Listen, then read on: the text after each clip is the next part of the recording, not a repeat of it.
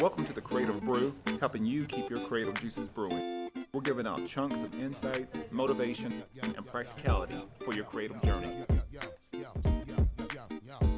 Welcome to a new episode of the Creative Brew, giving you insights on your creative journey. This episode is brought to you by my good partners, Kobo Bottle. They create sustainable water bottles. The bottles can actually hold coffee, tea, water, and keeps things hot, keeps things cold. Plus, they have a great mission. So you can connect with them at kobobottle.org, or you can go to Kobo Bottle on Instagram and Facebook and check out their mission, check out what they're doing to help conserve our natural resources. This episode is also brought to you by Panels, Comics, and Coffee Bar here in beautiful Oceanside, California, right off of Mission Avenue. They've got some great comics, great coffee, great treats.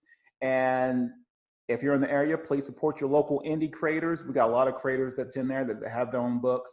And please support your local businesses and local coffee shops. Today, we have a great episode, good friend that's doing some things. And, I've sort of watched her career, short story. I remember her when she was young at the community center, balling out on everybody. And, watch her grow up and, watch her, develop into who she is now. So it's always good to see a lot of, homegrown people, watch them, grow up from their younger years into now. And like I said, I think with everybody, we've got our ups and downs and trials and tribulations. And I think that's just part of the growing process. But I'll let her introduce herself and give her a quick intro about who she is and what she does, and then we'll go from there. Well, first off, I'm jealous of where you are, and I'm here in Tennessee with all this rain and tornadoes. It's really not fair, but Side note, it's about 75 right now. yeah, I'm jealous. But no, my name is Brittany Jackson, and of course, yes, good friend of yours for a long time. And I mean, it doesn't seem like, but yesterday we were at the community center. I mean, it's just crazy how time flies. But I'm actually back in Cleveland, Tennessee, and basketball, I mean, has really been a huge part of my life. As you talked about watching me play when I was younger there at the community center, and was very fortunate to go to college at the University of Tennessee. It was a dream. I mean, a dream come true. I grew up watching the Lady Vols. So, wanted to get there and finish that in 4 years, and then continue to play professionally overseas and WNBA. And, basketball's took me all over the world. So that's a huge part of my life. It's a lot of things that we'll talk about because it's what I'm still affiliated. I have to be on the court or I just go crazy. So, it's just glad to be a part of this. Glad to be here. I see all your, all your podcasts, and I'm glad to finally be on one. Appreciate it.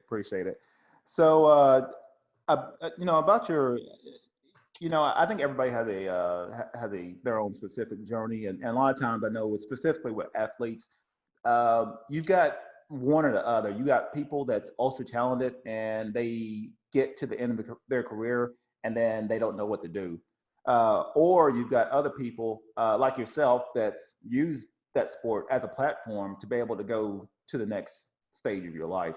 How has basketball sort of helped you out and to build that platform for you to be open to other opportunities? It has. I mean, as I said earlier, basketball it's taken me all over the world. It's opened up so many different avenues. I mean, even now in the business world with my contacts that I've made throughout playing basketball. But as you know, as an athlete, it comes to an end. And so, it's tough. I don't care if you played in elementary school, you just played through high school or college, professional. That day is going to come when you no longer play. And it's been a part of you for so long. I started playing when I was 4 years old. Yeah. So it's tough. And I've started my basketball academy 10 years ago, and I really enjoy and honestly still am working towards. I would love to mentor more kids and professionals that have quit playing due to injury or just choice. But it's it's hard, and so I love talking to the youth about, hey, basketball is not going to be forever. you know, like it's eventually going to end. So, you know, you got to be smart. You got to go to school and other things. And so I do a lot of that with my basketball academy.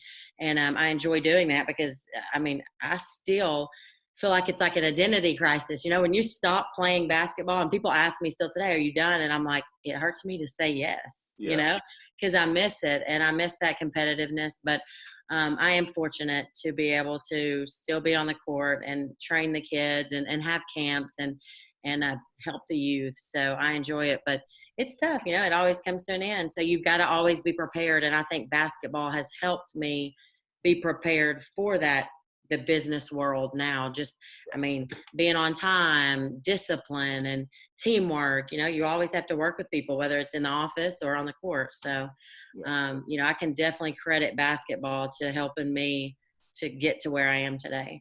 Yeah. So you talk about, like I said, I was always a Tennessee Vols fan, and actually a Lady Vols fan when Pat Summitt was coaching. Can you give me? And I know she was a great coach, but I know she was fiercely competitive too. Can you give me like one quick story about, just about a situation, maybe like in practice or something? You know, people always ask me, like, I mean, I had some tough coaches. I was very blessed growing up. I mean, I had great coaches that really prepared me for Pat, but well, you think they prepare you for Pat until you get there. And, you know, Pat wasn't, people always want to hear these stories like, you know, was she in your face and just spitting and cussing and that just wasn't Pat. And that's something why she had so much respect is, I mean, she played more mind games, tried to make you mentally tough. I mean, I almost would rather have you in my face, you know, sometimes it's tough. And so I'll never forget, it was the worst loss that I had in my 4 years. And we went to Rutgers. Halftime, I didn't know this obviously at the time, but afterwards it was the worst loss at halftime that the Lady Vols had ever had. Well, she knew it and somebody made her aware of it. So she was really mad. She was really mad. So we ended up losing and, you know, shouldn't have. We were supposed to win. And the whole ride back, when we flew back, I mean, it was just, you couldn't even breathe. You just couldn't talk. Everybody was silent and you just weren't, we knew, you know, no talking, no laughing. And we thought, okay, well, she's got to like let some steam off overnight. Tomorrow's going to be miserable, but there was not tomorrow. It was when we get off the bus, get in the gym to the locker room. And it's just a story that, I mean, you know, people think and they've watched the movie of Pat, but it's real and it really happened. And I just think it's one of the story, a lot of story. I tell that a lot. Yeah. I think, I think people get, they're always thinking about, they always wonder about stories like that. And like I said, you were fortunate to, to be around great coaches, especially like her, and, allow her to sort of rub that mentality, on you. And so, it's just one of those to where I think people like that, they profoundly impact people's lives so much. Just the way they are. I think if it was, honestly, I think if you got a scholarship and you went to another team, I don't think you would have been as profoundly impacted. It's things sometimes that you don't realize like until after. I mean, sometimes when you're going through that and she's just the discipline that she's instilling in you, you don't really understand it at the time. Yeah. But after you graduate, and I mean, I remember we would have, Shamika Holtzclaw, Mickey Catchings, all these former players would come back and talk to us and tell us that, but we're like, okay, whatever, I'm ready to get out of here. Like she's getting on my, but it is, I mean, it really, since I have graduated and just, gotten older, just principles with friendships and in the business world, it's things that you appreciate. I mean, I catch myself when I'm training my kids and I'm like, God, am I being too hard on them? Cause it's just in you because you have it. And that's why, I mean, these former coaches that they talk about that, like Kelly Jolly or Harper at Tennessee, I mean, she's definitely got, it's just, she's got it in her. She's got stuff and you just see things like Pat,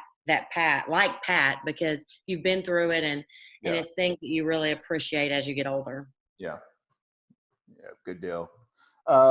So, you've got, like I said, you've got some other things. Are you still doing? Are you still a analyst for ESPN? Are you still doing that? I do. I still, the last 4 years, a 4-year-old it makes it tough, but I do as much as I can. I freelance and just, I do not have my agent anymore, but I try to get as many games as I can, and mostly in women's basketball. I mean, I would love to venture out, but, Yeah. my mom being sick and everything in these last 2 and 3 years have kind of put a hold on my career because that's been my focus. So, but I love it. I mean, that was my major in college, and I love being in front of the camera, and especially, I mean, women's basketball. That's what I know, and I enjoy it. Yeah. So, and like I said, and this is completely, completely up to you, Bill. You don't have to, really deep dive into it. Like I said, we could probably be talking about 2 hours. But as far as, uh, I hadn't, I've been fortunate right now. My mom's still in my life. What you dealing with, what happened with your mom and everything. How do you view life now compared to before?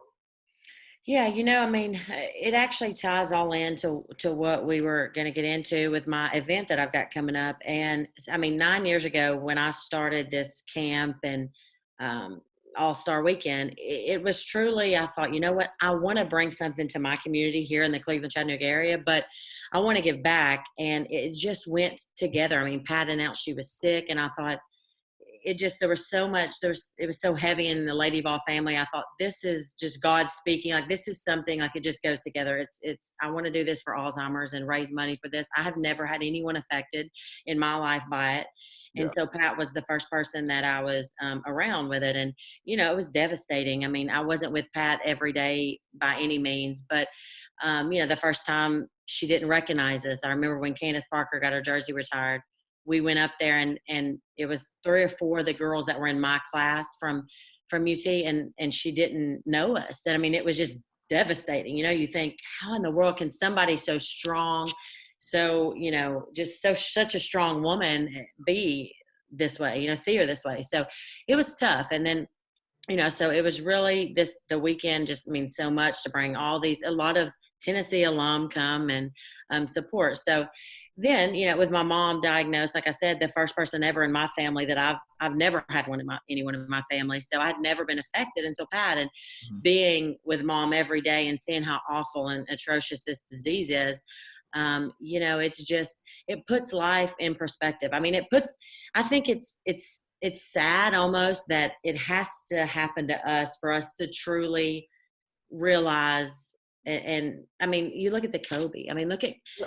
it's just crazy. I've met Kobe Bryant one time. Do not know him, and it just makes you change your perspective and the way you look at life. So, over these last 3, 4, 5 years, it's been tough, and it's, losing Pat, losing my mom, and especially to the same disease. It just it changes. It changes your view on life, what's important. And so that's really what I've been focusing on. That's why I moved back. That's why I moved back to Cleveland, was to help my mom. I would do it no different. Yeah. I'd rather be in San Diego on the beach. But, yeah, it puts life in perspective. And that's what I really like about my academy and what I do on All-Star Weekend is let these guys and these celebrities, whether it be a football player, a basketball player, an artist, but that they've been in these kids' shoes, and to talk to them, and these kids just admire them. It really means a lot. Yeah. So about about the celebrity basketball weekend. When did you how did that form? Yeah, so I have always loved training kids, and once I graduated college, I would train kids here and there, and I was like, I want to start a basketball academy, so I would train and have camps all over the country. I just enjoy it. I love they listen to. I train kids that parents have played higher levels than I did, Yeah. that have, and they're like, mom knows nothing, dad knows nothing, Brittany knows it all. I just think it's so awesome to be able to make an impact in these kids' life and parents' life. I mean, there's so many parents that talk to me about whether it be AAU or just how do I, just their kid, their daughter or son. So I just enjoy it. I'm a people person. I love meeting new people. I love working with kids. I mean, if it has to do with kids, I'm there. So I started it 9 years ago, and I was like, if I'm going to do it, I want to do it big. Yeah. And so I go to all these events. I go to a lot of these guys' events, whether they have their own foundation and different things. And so I said, I want to bring something here. So that was really my motivation behind it. Yeah. Cool. So, so with it now, what are your, well, actually with the celebrity weekend, what does it entail for the people? I know, but maybe for the, for our audience, or maybe people that's perhaps in the Cleveland area that listens to this show that may want to come. What's all? So the whole weekend is just, it's surrounded by my camp for the kids. So that's what the purpose is. We have basketball camp at Bradley, and these celebrities come in on Friday. They come in, the kids get to talk to them after camp, and then we have a celebrity basketball game. So the kids get to stay and mingle with them and meet them and watch them. I always put a good team together, so it's always a good game. And then Saturday we finish camp. So again, it's both days. It's surrounded around my camp for the kids. The kids, the guys come back. Like last year, Cappy Poindexter, I mean, one of the best to ever play the game for the women, came and talked to the kids. And so some of them will come back. And then Saturday night is a private event that I have, and we raise money for Alzheimer's. Oh, wow. That's awesome. Yeah, so it's kind of like a whole weekend event, but it's all around camp for the kids, and everything's involved with that. Okay, man, that's great.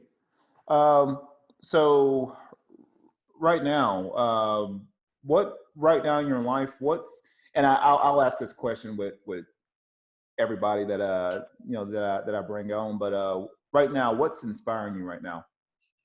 So my inspiration right now, as we just talked about, I mean, it's, what my inspiration probably was 6 months ago is different now. And it's just like, I want to be the best Brittany I can be. And it really just, with my coming back here to my hometown, small little Cleveland, Tennessee, but it's growing. It's Yeah. growing. Yep. It's growing.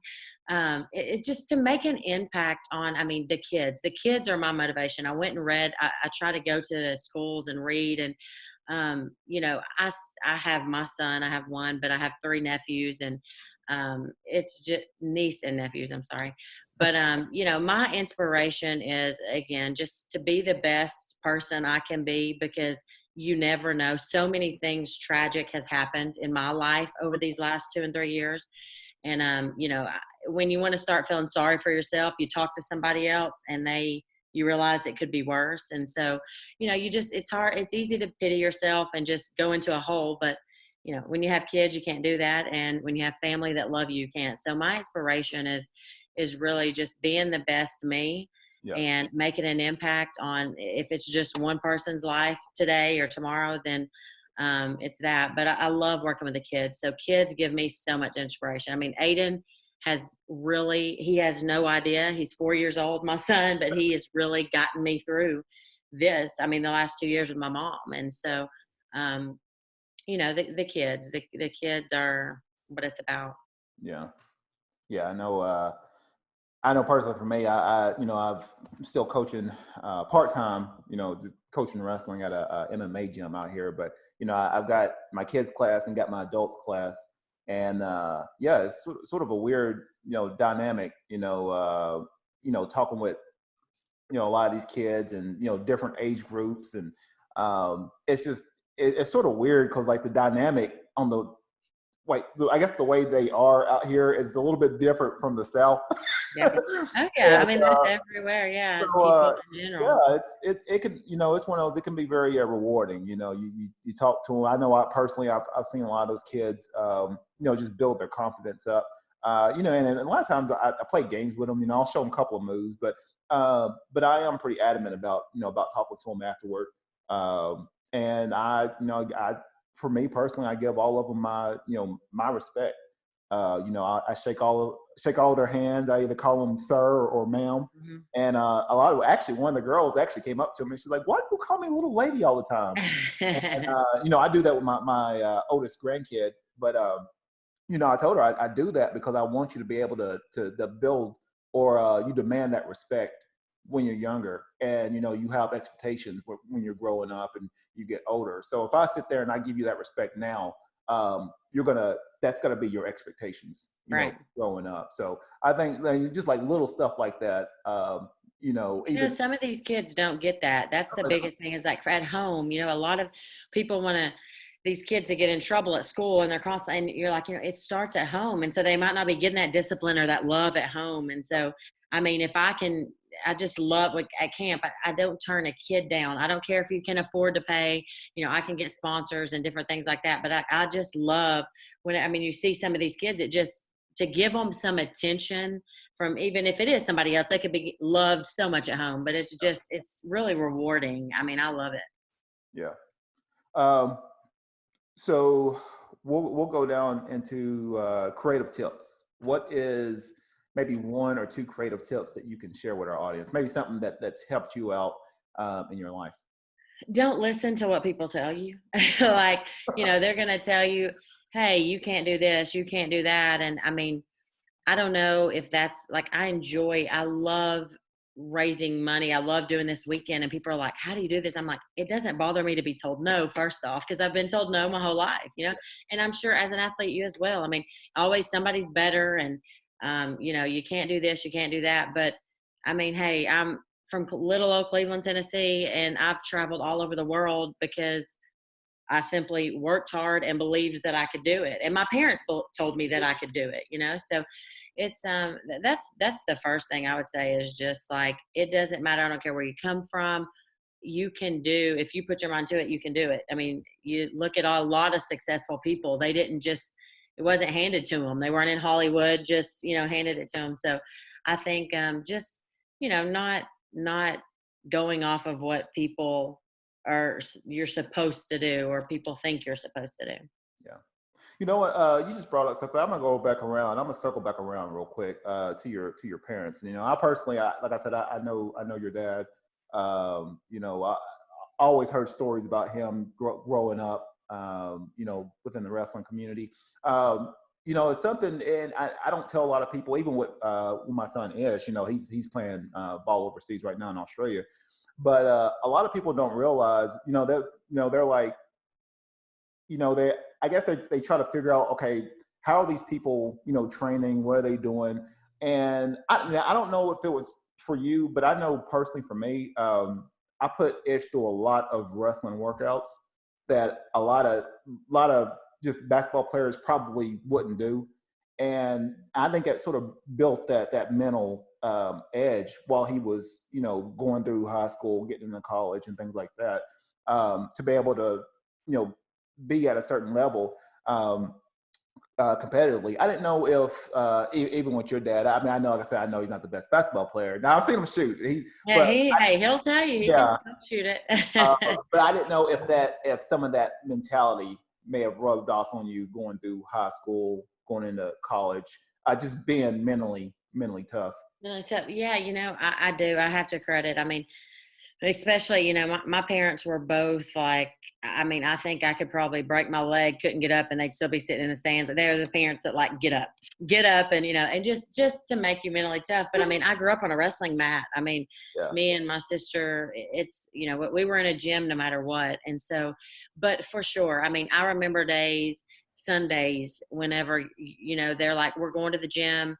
And I'm like, no. And you don't realize it at the time, but you look back and you think, and you're so thankful for what your parents, so that support from your parents or whoever your family is huge. I mean, but yes, my dad and my mom, I was blessed. I cannot even be thankful enough that they were so, they were hard on me, but yet they loved me, and I knew that, and I knew that they saw the potential. And so, yes, I think that's huge in the kids' lives. Yeah. That they have somebody Yeah. that pushes them.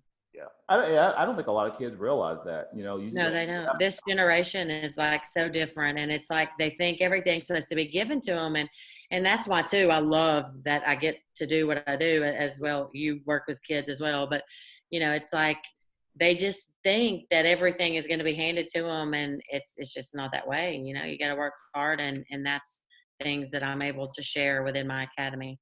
Yeah. if you had the ideal creative life, what would it consist of? So you had that perfect mix of work, relationships, um, personal life, spiritual life, everything. What would it consist of? Whew, we got that much time? Hey, yep. No, I'm very blessed with a family. I mean, family is such a high priority to me. I mean, it's my number one priority. Um, Obviously, my faith is first, but I mean, it's just, I think, if I've had so many conversations lately with my friends and through counseling and just, if we could pick our life, then I mean, could you really imagine how crazy the world would be? I mean, it's like I think us not, the unknown is what gives us faith, and that's what builds our faith. And so,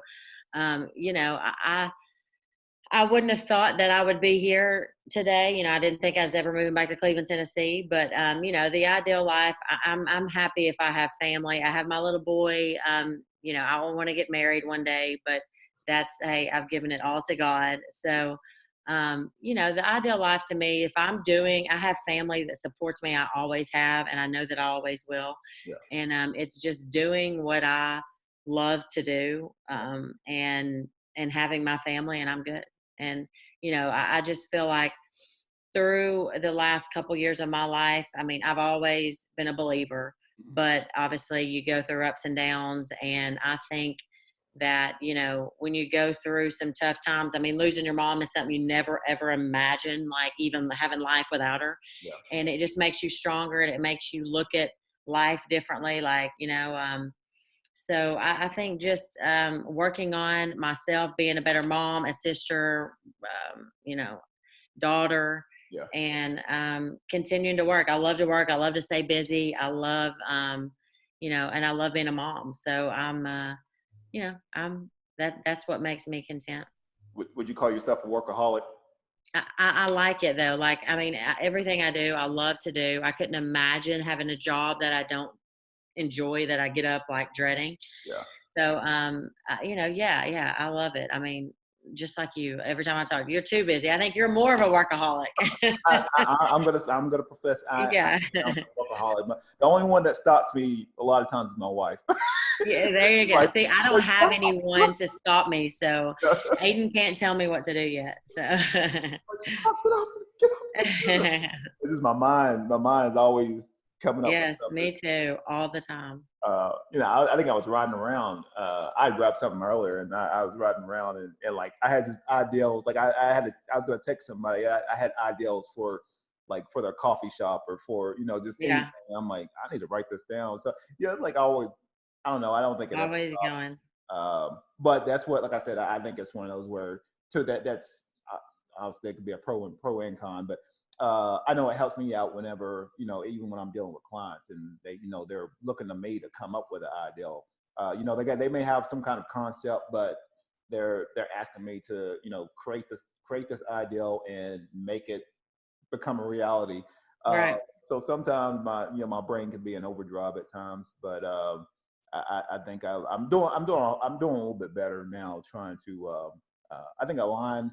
Honestly, I'm going to tell you now, I'm not going to have a work-life balance at all. Yeah. But maybe there's different things that I can do that I'm starting to do now to where I can align certain things. And like I said, I know there's times where I may miss out at home, and sometimes there may be times where I may miss out just working out or training or doing whatever. But I try to do what I can to just be present when I am with my wife, or maybe focus in on that time, like if I'm working out in the morning, something like that, making sure I focus for that 35-40 minutes, and then getting out of there.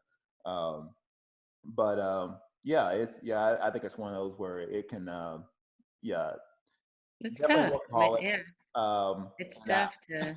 so I've had a lot of people ask me, like, where do you get all this energy from? And it's just like, Yeah. well, I definitely got my routine, but it's just one of those where there's a lot of things that sort of drive me. And I know, even with my wrestling background and things like that, it's just I think the biggest thing I told myself this year is I just wanted to like you said, I wanted to express more of me. So how much energy could I really give out if I really, with no kind of tether, anything, if I could really express who I was, what kind of impact could I, bring to, society. So those are the little things that sort of drive me, and, that, really just trying to build myself up. I think I had someone talk to me about a month or so ago, and, they listened to the podcast, and they was like, I didn't know you had a voice like that. I didn't know you was motivating people. And it's like, it's just one of those, you find your voice,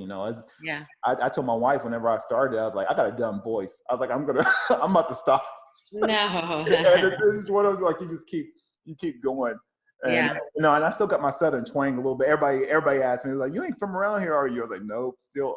But it just a little bit, I hear. Yeah. But I remember when I moved to LA, I mean, it was like when I first got there, and people were, but you you lose it a little bit because you just focus on it so much. Yeah. So, with the, well, how can people contact you? I know you're already starting to promote online with the Celebrity Weekend. How can people reach out to you? How can people, purchase tickets, get into the, for the kids? How can they sign up for the basketball camp? Just reaching out to you. Yeah. So the my website basically has all the information, and as I mentioned, the weekend is of basically three events. I mean, the camp for the kids, and that's boys and girls. Some people think it's just girls. I have sometimes more boys than girls, and all ages.